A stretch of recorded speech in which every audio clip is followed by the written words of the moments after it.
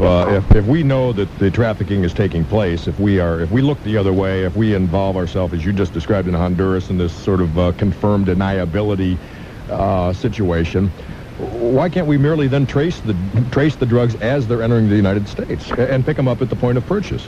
Well, look, when you're dealing in, let's say, a situation like Pakistan, Afghanistan, or Honduras, these are not complex societies with a lot of bases of political power. It turns out that in some areas, there's oftentimes the most powerful covert action asset is a person who also controls the drug trade, or a person's drugs are there. They dominate the export economy of that region. A person who's going to work with the CIA wants to also control the drugs. Controlling the drugs gives them greater leverage over that society. So the agency, the CIA, decides that, well, it's not nice, but they're going to have to work with this. Now, I don't tend to agree. I think that it's possible to have conducted these covert operations in a way that did not advance the drug trade. But I feel that because I'm focusing on the drug trade, maybe after the fact. But the CIA didn't feel that, doesn't feel that. I think that should be changed. Eric from Peoria, you're on WLS. Good morning, Stacy. Hi. I'd like to ask your guest a couple questions, if I could. The first one was if his research led him to kind of a related conspiracy involving drugs in the CIA, where the CIA agency really went beyond the business and transfer of drugs to the actual cultivation and experimentation, and that was listed in a book called Journey into Madness by Gordon Thomas. I'm reading it right now. And it is a related conspiracy in that not only were they not actively stopping the transfer of drugs, but they were actually using some of these drugs in their experiments, and especially at the time of Buckley, the CIA chief, where Casey was just going nuts to get him back, had offered any price they would pay. And that's the allegation of a book called Journey into Madness. All right. Yeah, that's my first. Okay, let's ask that one separate. All right, and get to the other one in a minute. What do you think? What do you know about that? No, I don't know. I don't know much about it. I know that there is a fairly well-documented evidence of the CIA did experiment with LSD, and in fact, it paid compensation to one of the victims, one of the subjects of experiments who committed suicide in the midst of those experiments. And the CIA did so in cooperation with the Federal Bureau of Narcotics. They thought it might be useful for some of their operations. It really revolved around a Dr. Cameron who operated with CIA funds in Canada to keep him out of any kind of oversight. Interesting sidebar of that, when the Vice President Rockefeller did a commission and they came through and condemned a lot of this research, Ronald Reagan, the then governor of California, was the only one who not only applauded but said that the CIA should continue with this, and that's listed in the book. Second question, kind of a related topic to what you were talking about earlier. In your investigation of the CIA, Mr. McCoy, would you find it hard to believe that the CIA has operatives, plants, informants, people that they use for leakers in some of the major news media networks? They have relationships with people in media, sure. There's no doubt about it, but I don't know how extensive it is. I know that in 1971, 72, when I was working on my book, Politics of Heroin, my manuscript got to the CIA. They asked for it formally, but at the time, I learned, and it's very difficult to explain how and why. I knew they got it before they were given it formally. Right. The reason I ask, Stacey, is just kind of related to Drew Taylor's little tirade that he threw to suggest that, the WLS... Drew Hayes. Or Drew Hayes, yeah, I'm sorry.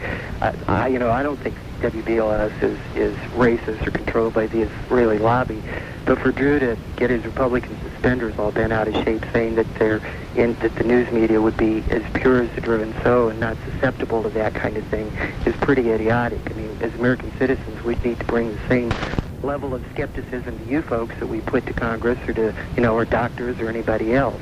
And in fact, in Barbara Honecker's book, I think, is listed where a WLS reporter had leaked something concerning the October surprise that had really been used by the government and was then later dismissed. Well, more damning than that, I believe, was in 1965, the program director of WLS put the kibosh on Lou Christie's Rhapsody in the Rain, saying that it was too sexually explicit.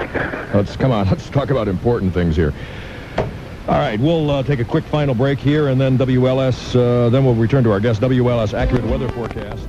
Cloudy with scattered showers and thunderstorms this afternoon. Cloudy with some light showers at times this evening. Cloudy with now a 30% chance of showers predicted for tomorrow morning, then partially clearing by late afternoon. 75 for a high both days. Low tonight 65. Currently at O'Hare 66, Lakefront 65. And the next WLS Accurate Weather Update. Legacy models during Subaru Super Savings Days. If an all-news station says, give us 22 minutes and we'll give you the world, we say, you give us the other 38 minutes and we'll talk about everything in the world. All right, then let's talk about it. 591 Come on WLS. Bye-bye. Good grief. All right, back to Alfred McCoy. Not too much time left, so Sam from Peoria, you're on WLS. This is Sam. Am I on? You're on, Sam. Okay. I've heard from different sources, Bo Greitz, the next Green Beret officer, is one that alleges something about the CIA somehow being involved in the alleged cover-up of the POW MIA issue in Laos because of the CIA being involved in the drugs in the so-called Golden Triangle. He said that on my show, in fact, among other places. All right. Well, anyhow, does Mr. McCoy see any evidence of that or know anything about that? Have any comments? There's no correlation, actually. I mean, as far as I can tell, the CIA's complicity in the drug trade in Southeast Asia was specific to the wartime period. When those operations wound down and the CIA got out of there, that pattern of complicity ended. The consequences of that complicity, of course, remain behind. The CIA assets, the Southeast Asian drug lords, are still there, still dealing drugs. Southeast Asia is the source of 72% of the world's heroin supply, the source of most of the heroin in the United States. But the CIA didn't maintain an operational capacity in the Golden Triangle once the Vietnam War was over. Well, it's this Kun Sa who maintained to Bo Greitz that there were living POWs or MIAs in Southeast Asia. Look, I spoke with the cameraman on that interview. Mm-hmm. And I also spoke in the Christic Institute in their assessment of that interview. What Kun Sa stated was he, in fact, repeated much of the substance of the Christic interview. And the Christic interview looked into that and found that there was no credibility. I spoke to the cameraman who was there, one of a media man who has lived with Kun Sa for a long time, and he felt that Kun Sa was being set up. I don't attach I've heard several stories about that. I don't attach too much credibility to what Kun Sa would say in any case, and I don't attach much credibility to what Kun Sa said in that particular interview. All right. Thank you for the call, and Mr. McCoy, Professor McCoy, thank you. The book is is that available in bookstores or what? It is available in bookstores. There's also an 800 number where people can ring in and order the book individually. And do you have that 800 number? Yes, I do. 1-800-888-4741. 888-4741. That's it. All right. The Politics of Heroin, Alfred McCoy, thanks so much. Thank you. See you later. News is next. Guest-free phones follow back in 5. This is WLS, Talk Radio 890. WLS, Chicago. Time at the tone, 12 noon. A former British hostage gets his first taste of freedom. Good afternoon, I'm Paula Fagan, and this report is brought to you by the Agents of Farmers Insurance. Here are some of the stories you'll be talking about on WLS Talk Radio 890. British journalist John McCarthy was freed today after being held hostage in Lebanon for more than 5 years. There is intense speculation that this release could mean freedom for another Western hostage, possibly an American.